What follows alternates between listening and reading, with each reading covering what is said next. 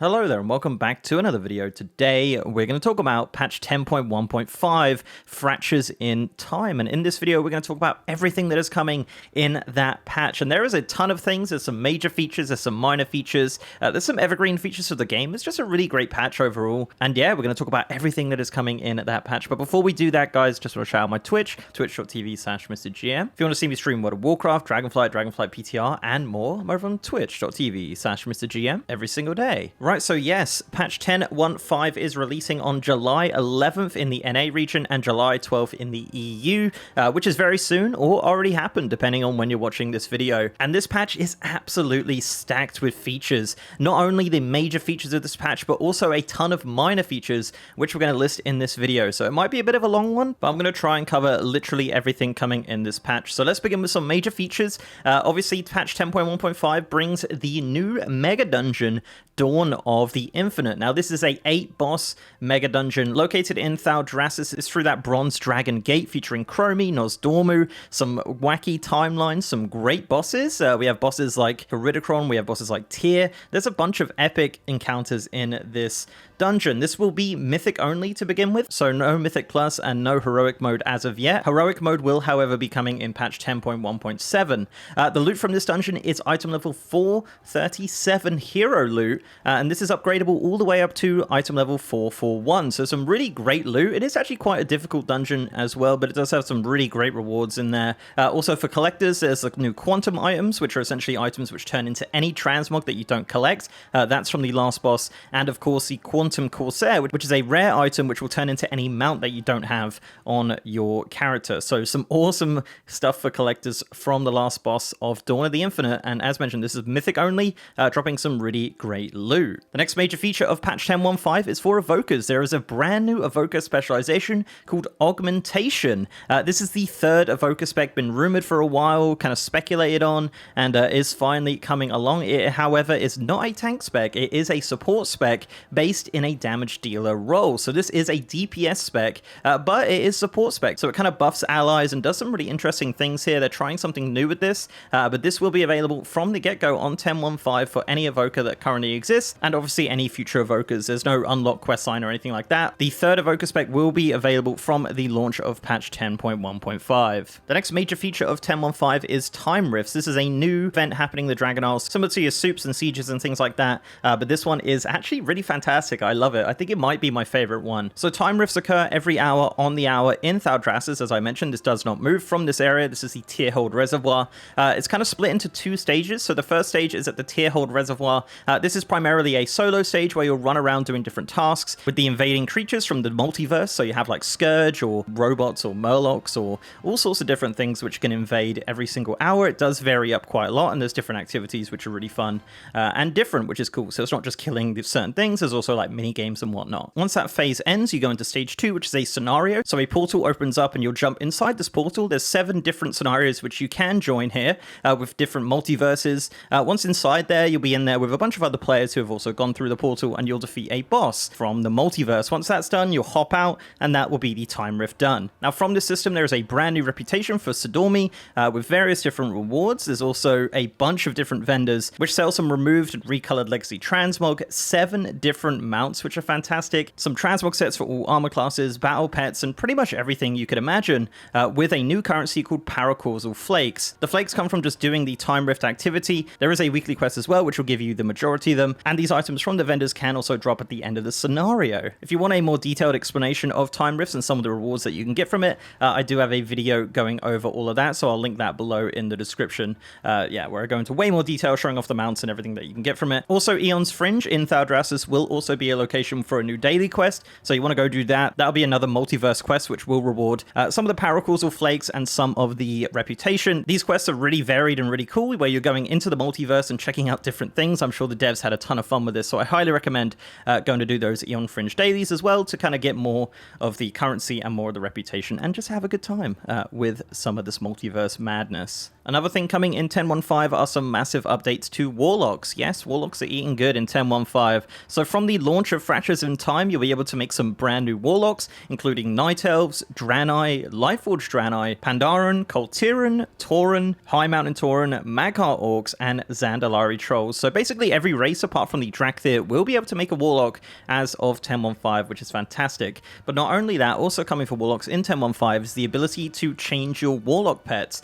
So if you go to the barbershop as a Warlock in 10.15, you'll now be able to choose the appearance of your Warlock pets. Now, some of these are unlocked, and what they're doing is adding some items called Grimoires to Legacy content. It will tell you exactly where to go get it as well, which is quite cool. Not sure on the drop rate of these, but yes, as a Warlock, if you head to the barbershop, you'll now have the option to change the look of your Infernal, or change the look of your Imp, or your Voidwalker, or whatever. All of that stuff will be available, and no doubt in the future there'll be more additions to this, but this is a really cool feature for Warlocks, being able to change all of these. Obviously right now, the only real way to do it is through glyphs and things like that. Doing it through the barbershop is just such a better way of doing it, and you'll have some brand new models as well, which are being added in 10.15 for Warlocks as well. So some really great updates to Warlocks coming in 10.15. Another major feature coming in 10.15 is also Dragonriding in Kalimdor. Well, kinda Dragonriding in Kalimdor. Dragonriding races in Kalimdor are coming in 10.15. So unfortunately, this is not freely being able to fly around Kalimdor. However, there are 16 different races across Kalimdor in normal, advanced, and reverse to go through. So a ton of different variants of these races all around Kalimdor in pretty much every single zone, which are actually super fun. I did a whole video going over the details, so I'll link that below, of course. But yeah, this is actually a really cool feature. And from data mining, it looks like we're also going to get like Eastern Kingdoms and Shadowlands and Outlands, and all the different zones of World of Warcraft are going to get Dragonriding races at some point. But this is really cool. They're also adding a new currency called the Riders of Azeroth badge, which you can exchange for a brand new transmog set, which is really cool. It's like a flight transmog set. It's really cool. That's available for all armor types as well. This is an in-game event, so it won't happen from the launch of 10.15, but it will happen, I believe, in August will be the first one. And no doubt there'll be more coming in the future. But for now, yes, this is just a short event, which is going to happen during 10.15. And the final kind of major feature of 10.15, or at least one that they've listed on the website, is the Whelp Daycare. This is a daily activity which basically sends you off kind of raising whelplings and getting them as battle pets. That's essentially how it works. It's fun. It's a nice little side activity to do, and you do get some cool whelpling pets out of it. Obviously not going to be for everyone, but the Whelp Daycare is going to be a new feature coming in 10.15. I believe as the patch launches, you'll get a opening quest for this, so you'll just see that as soon as the patch launches, and obviously you can go through that and kind of unlock all the whelps if you'd like to do that. But again, just optional content coming in 10.15. Okay, so let's jump into some of the minor changes coming in 10.15. Now, some of these are super minor, but, you know, no stone unturned and all that. But some of them are kind of major, but yeah, I could just kind of list them this way. So first and foremost are class changes. I'm not going to go through all the class changes. There are an absolute ton. I'll link the patch notes below if you want to see how your class is changing in 10.15. On top of these class changes, they're also nerfing the Ring from the Forbidden Reach by quite a lot. I think it's like 40%, pretty much across the board, so that's also happening. The next feature is actually my favorite feature of this patch, and that is appearance tracking. So very similar to how you track a quest or things like that, this is appearance tracking. So when you open up your collections tab, you'll be able to shift click some of the items on there. Not every item, but most items are listed, and you'll be able to track them as you would a quest. Once they're tracked, you can see on the right hand side of the screen, it will tell you exactly where this item comes from. If it drops from a boss, it will give you a link to that specific boss in the dungeon, and you can click that, and that will give you a pinpoint on the map on where to unlock this appearance. I think this is a fantastic change for definitely newer players to the game who haven't played previous expansions. But just in general, I think it's a really great feature, just evergreen, like a really good evergreen feature, which I'd love to see expanded into mounts and pets and things like that in the future, and no doubt it will. But for now, lots and lots of items have been added to appearance tracking, including ones from Vanilla WoW, so some really, just a really good evergreen change to the game, and I highly recommend you checking it out if collection is kind of your thing in World of Warcraft. Next up, let's talk about some leveling changes coming in 10.15. Now, I have a whole video going over this as well if you want more details on this, but let's kind of hit the main parts of this. So firstly, with allied races, as of the patch, you will no longer need to do the previous requirements required to unlock these allied races. The only requirement you'll now need is to have a level 40 character on your account. Once that's done, you can unlock the allied races nice and easy. So if you have some that you haven't got from like different factions and whatnot, this is going to be super easy to unlock in 10.15. So as soon as that patch launches, you can go and grab all of those missing allied races you might not already have. Also coming in 10.15 for leveling is automatic riding training. So no longer will you have to buy your riding training when leveling up. So at level 10, you'll get apprentice riding, level 20, journeyman, level 30, expert, and level 40, master riding, all for free. So if you have any alts that don't have master riding, they will get the training for free as of the patch launch, which is really great. Also, while you level now, you'll get a free mount at level 30. This will be awarded from a quest called Time to Fly. This will give you the Harbor Griffin for the Alliance and the Scarlet Pterodax for the Horde. If you don't have a level 30 character, you can just go to Borealis or Zandalar, and this will give you the quest automatically, even on like a max level character. So if you just want to go get a free mount, go to those zones once Fractures of Time launches. Also for leveling, they're adding campaigns for Exile's Reach and Battle for Azeroth on the map, so it's nice and easy to track your progress and pick up from where you left off. So, you know, when you open your quest log, it'll say Exile's Reach, 1 out of 3 or something like that, and then Battle for Azeroth 1 out of 3 or whatever. So it's really good. I like that. I like the minor changes like that. I'm a big fan of the campaign system, and I think it just makes it easier just to be able to play the game and kind of work through all the quests. Speaking of working through the quests as well, the Starter Zone quest lines and the side quests in Battle for Azeroth will now be displayed on the zone map. So nice little minor change there. And finally, for leveling, a very small change, but a really welcomed one. The introduction to capital cities once you leave Exile's Reach has been improved. So no longer do you need to chase the gnome around the city. You can just jump in their motorbike and they'll take you straight to the riding trainers. So you don't need to run around and kind of mess around with that anymore. You'll just simply be able to go straight there on his motorbike while he tells you a little bit about the city. So that's really cool. That's for Horde and Alliance, of course. Also, a nice little change for your characters here. So characters level 10 to 60 that have not logged on for 60 days will now have the option to receive a welcome back gift on the character select screen. So this is an awesome new feature. I love this. This is not a paid feature. This is not a boost either. But what this does is when you click the welcome back gift, it'll give you the option to select a specialization. And this will give you a brand new set of gear with updated bags appropriate to the character's level and the selected specialization. And all of your previously won items and bags will be sent to your mailbox, similar to a boost, but again, this is not a boost. This will not level your character, but it will teleport you to your home city of Orgrimmar or Stormwind, and you have the option to clear or keep your quest log as well, which is really cool. So yeah, if you've got an old alt which you haven't played in ages and is kind of broken by the item scaling of all the different expansions, you can just have a clean slate character with appropriate level gear, some fresh bags, and just a clean quest log ready to go and quest wherever you want to. So this can be really great for people to have alts that they haven't played for a long time, and as mentioned, this is for characters from level 10 to 60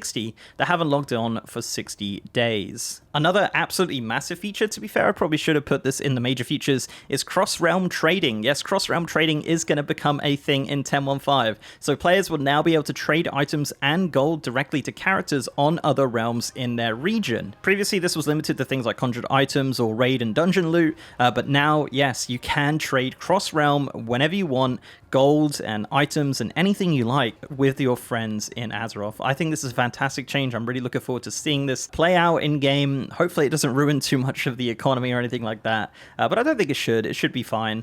As for character customizations, Worgens are getting 5 brand new skin colors, which is cool for the Worgen form, so that's going to be available to you. And also the Mag'har are getting a brand new eye color as well, the kind of fiery red eye color.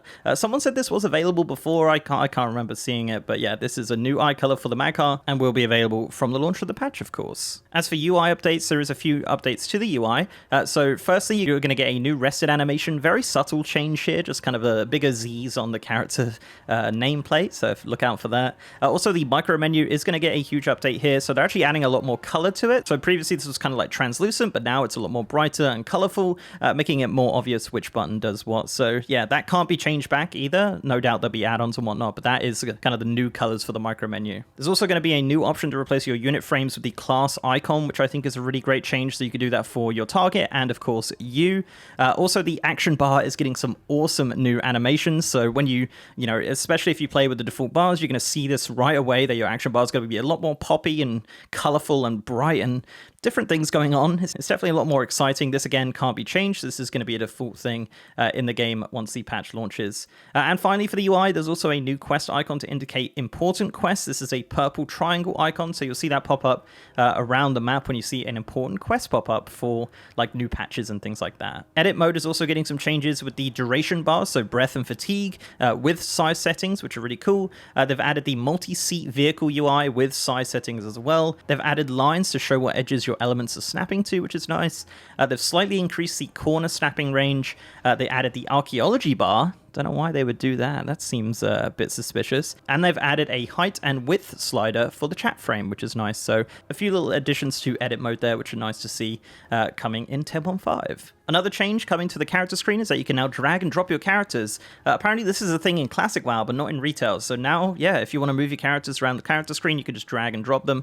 The Adventure Journal is also getting some updates. So what they're doing is changing the word Mythic Plus to the word Current Season on the drop down. And they're also adding back the Item Set tab to the Adventure Journal. So just some minor changes there. Some changes to Time Walking coming in 10.1.5, with specifically the Time Walking gear. So gear from max level Time Walking will still continue to be item level 389, but it is now on the Adventurer upgrade track and can be upgraded all the way to 411. So yeah, maybe Time Walking gear is not as pointless as it used to be. So you can now upgrade it as of 10.1.5. This change is not retroactive, so if you already have Time Walking gear, unfortunately that won't be upgraded, but any gear acquired after 10.1.5 will be upgraded through the Adventurer track with Flight Stones and Whelp Crests and things like that. For vendors, they're adding the option to sell all junk. This was done by add-ons previously. This is now going to be a default option for the game, so that's really cool. Also, if it sells some grey items which you don't have as an appearance, they will automatically be added to your appearance. So that's really cool. It's not going to accidentally sell any unused transmog. Once it's sold, it will add it to your appearance tab, which is great. So yeah, sell all junk is coming in 10.1.5. The Garrison Hearthstone and the Dalaran Hearthstone are now toys. So yeah, a little bit more room in your bags. Still work exactly the same as they were. So they just have separate cooldowns to everything else, which is really great. But now, yes, they will be toys instead of items in your bag. Mythic gear is now going to be upgradable in 10.1.5 as well. So if you have any mythic gear from the raid, that's now going to have a upgrade track of 1 out of 3. So you'll be able to upgrade that using the crests and the flight stones and whatnot. This is retroactive as far as I'm aware as well. If you already have some mythic gear, it will go on the new myth upgrade track, which can make it even better than it already is, which is cool. The researchers under fire achievements are getting nerfed by quite a lot, actually, about 50% or so for some of them. Just kind of the like retrieving the items and whatnot will be getting a massive nerf in the amount of things you have to collect, which is a great change for people still trying to get the researcher achievement. Also coming in 10.1.5 is the return of Naxxramas transmog items and potentially tier 3. Yeah, the tier 3 stuff I'm not too sure on, but that seems to be something that's also coming in. We don't know much about this, so that's why I didn't add it as a major feature. We know for a fact that we are getting Naxxramas transmogs, including the Icebane set coming back through crafting, very similar to how we did with like the Zul'Gurub stuff. And also it looks like Scholomance might be coming back, the vanilla version of that also coming back in 10.1.5. A lot of this stuff is encrypted, so we don't exactly know the details of it, but as soon as we do, I will be making a full video going over it, kind of similar to how I did with the Zul'Gurub stuff. But yes, Naxxramas removed transmogs are coming back, not the corrupted Ashbringer though, and potentially tier 3 as well. So this is also a massive change. I should have put this in the major changes because, you know, Siege of Orgrimmar is getting a skip in 10.1.5. Yeah. Siege of Orgrimmar. So all you have to do here is when you go into Siege of Orgrimmar, you just go to the left-hand side, there'll be a scroll on the wall, and that will teleport you straight to Garrosh. So if you're farming the Tusk of Manaroth or the Mount, you can just go straight there. I think this is a fantastic change, a long time coming, and hopefully it opens the door for changes to other raids as well, like Icecrown Citadel, for example. So yeah, Siege of Orgrimmar skip coming in 10.1.5. And finally, the best for last, looking for raid Shadowlands will be queuable in 10.1.5. There's an NPC in Oribos that you can speak to, which will give you the option to queue into any of the Shadowlands raids in LFR difficulty.